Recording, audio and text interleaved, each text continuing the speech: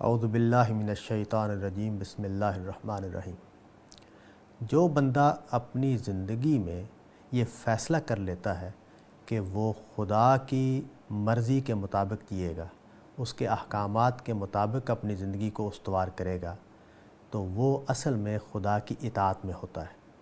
وہ اصل میں جب خدا کی اطاعت میں ہوتا ہے اور ہر وقت اس بات کا خیال رکھتا ہے کہ اس نے خدا کی اطاعت کے علاوہ کوئی کام نہیں کرنا اور اس نے ہرگز اس کی نافرمانی نہیں کرنی، جن چیزوں سے اس کے خدا نے اس کو روک دیا ہے اس سے اس کو روکے رہنا ہے، اور جن چیزوں کو کرنے کا اس کے خدا نے حکم دیا اس کو اس نے بجا لانا ہے۔ جب اس کی زندگی کا اصل رخ یہ بن جاتا ہے اور اس کا طرز عمل یہ ہوتا ہے تو وہ ایک انسان کی حیثیت سے اپنے کام کر رہا ہوتا ہے۔ اس دوران میں اس کی جو ضروریات ہیں اور اس کے جو جذبات ہیں وہ کبھی کبھار اس کے اوپر غلبہ پا لیتے ہیں، جس کے نتیجے میں اس سے خدا کی نافرمانی ہو جاتی ہے اور وہ خدا کے احکام سے روگردانی کر بیٹھتا ہے۔ یہ وہ موقع ہے جس کے بارے میں اس کا خدا اسے خوشخبری دیتا ہے کہ اگر تم اس طرح کے کسی وقتی جذبے کے تحت، جب تمہاری زندگی کا اصل عنوان میری اطاعت ہے اور اصل عنوان میری بندگی ہے اور اصل عنوان میری عبادت ہے، اور اس کو کرتے ہوئے اور اس طرح جیتے ہوئے جذبات کے تحت، کسی وقتی ضرورت کے تحت تم سے کوئی غلطی ہو جائے، تم سے کوئی گناہ ہو جائے، اس وقتی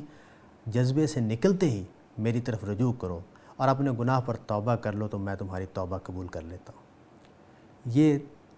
توبہ کا اصل ضابطہ ہے۔ یعنی بندہ جب خدا کے لیے جی رہا ہو اور خدا کی اطاعت میں جی رہا ہو اور اس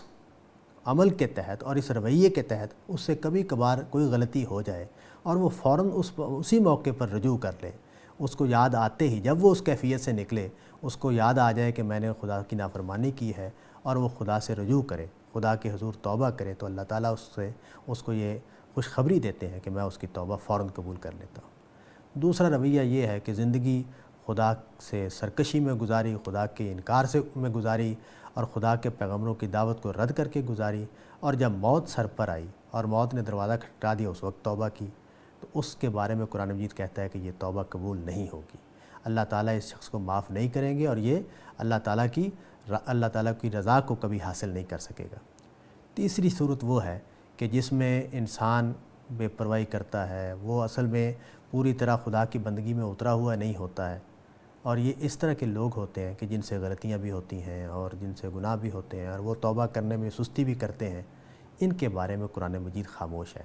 قرآن مجید نے اس موضوع پر کوئی بات نہیں کی۔ اس خاموشی سے یہ معلوم ہوتا ہے کہ ان کا معاملہ آخرت میں دونوں طرح سے ہو سکتا ہے۔ یہ بھی ہو سکتا ہے کہ اللہ تعالیٰ ان کے عذرات کو دیکھ کر، ان کی کمزوریوں کو دیکھ کر، ان کی واپسی کی کوشش کو دیکھ کر، ان کی تلافی کی کوشش کو دیکھتے ہوئے اللہ تعالیٰ ان کو معاف کر دے، اور دوسری صورت بھی ہو سکتی ہے کہ اللہ تعالیٰ یہ دیکھے کہ نہیں، یہ معافی کے مستحق نہیں ہے تو اللہ تعالیٰ معاف نہ کرے۔ یعنی ان کے لیے امید کا پہلو بھی موجود ہے اور نا امیدی کا پہلو بھی موجود ہے۔ تو یہ تو توبہ کا اصل ضابطہ ہے۔ لیکن توبہ ہے کیا؟ اس پر بھی ہم مختصر سی اگر بات کریں تو توبہ یہ ہے کہ ہم واقعی خدا کی طرف پلٹیں، خدا کی طرف رجوع کریں، ہم خدا کی جو نافرمانی ہم سے ہوئی ہے اس پر حقیقی پشیمانی ہمارے اوپر آئے اور ہم اس کا تدارک کریں، اس کی تلافی کریں۔ توبہ صرف لفظ بول دینا نہیں ہے بلکہ حقیقی واپسی کا نام ہے۔ حقیقی واپسی اگر وجود میں آئے گی تو یہ سچی توبہ ہے، اور اگر حقیقی واپسی نہیں ہوئی تو یہ سچی توبہ نہیں ہے۔ وآخر دعوانا ان الحمد للہ رب العالمین۔